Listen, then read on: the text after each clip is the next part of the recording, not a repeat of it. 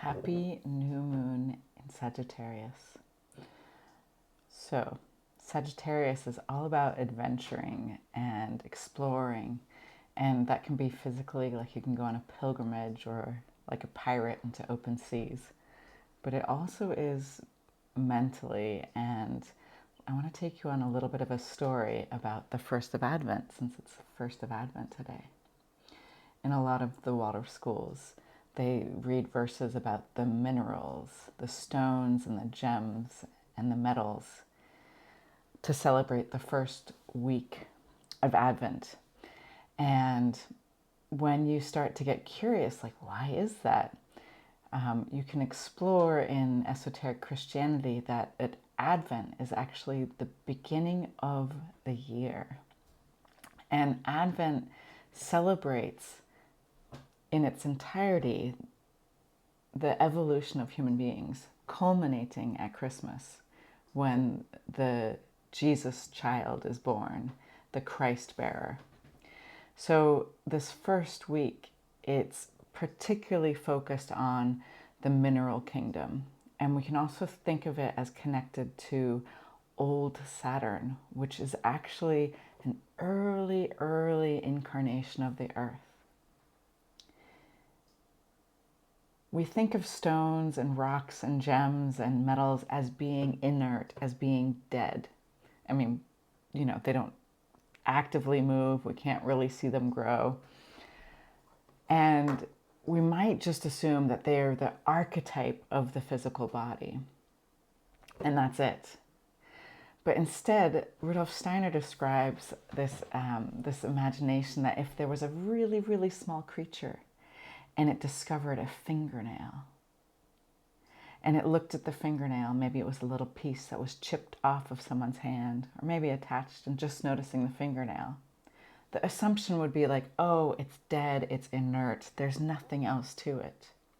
But in actuality, the fingernail is connected to a much bigger thing. And the same with the stones, with the rocks and the gems. They may not have a etheric body, this body that plants respond to or have, that they may not have the astral body like animals do, like humans do. But there is actually a component in the spiritual world that actually is connected to the rock, very much how we are connected to our fingernails, even if there's a piece that was missing that some small creature found. So in this new moon, let your imagination truly be a tool of your education, allowing certain boundaries to maybe be broken down that you haven't considered as boundaries, or taking a mental journey and going a little further, a little deeper than you usually do.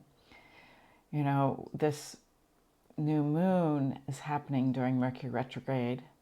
Mercury will be conjunct the sun on the 5th. So it's just coming up to the middle of the retrograde.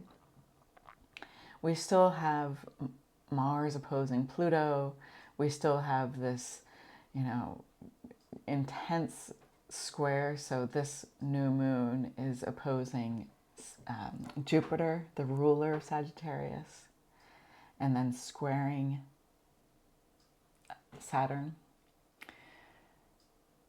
So notice where you put boundaries in, where they don't belong, and notice where you don't have boundaries and they might belong.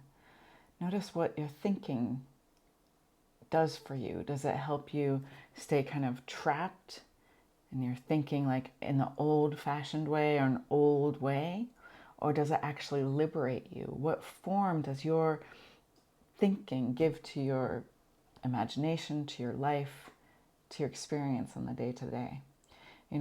Because this new moon is during Mercury retrograde, it's a little bit reserved, but you can think of it more as inward. Like, how can I be thinking how can I be revolutionary in my thinking? How can I be adventurous in my ideas? Happy new moon.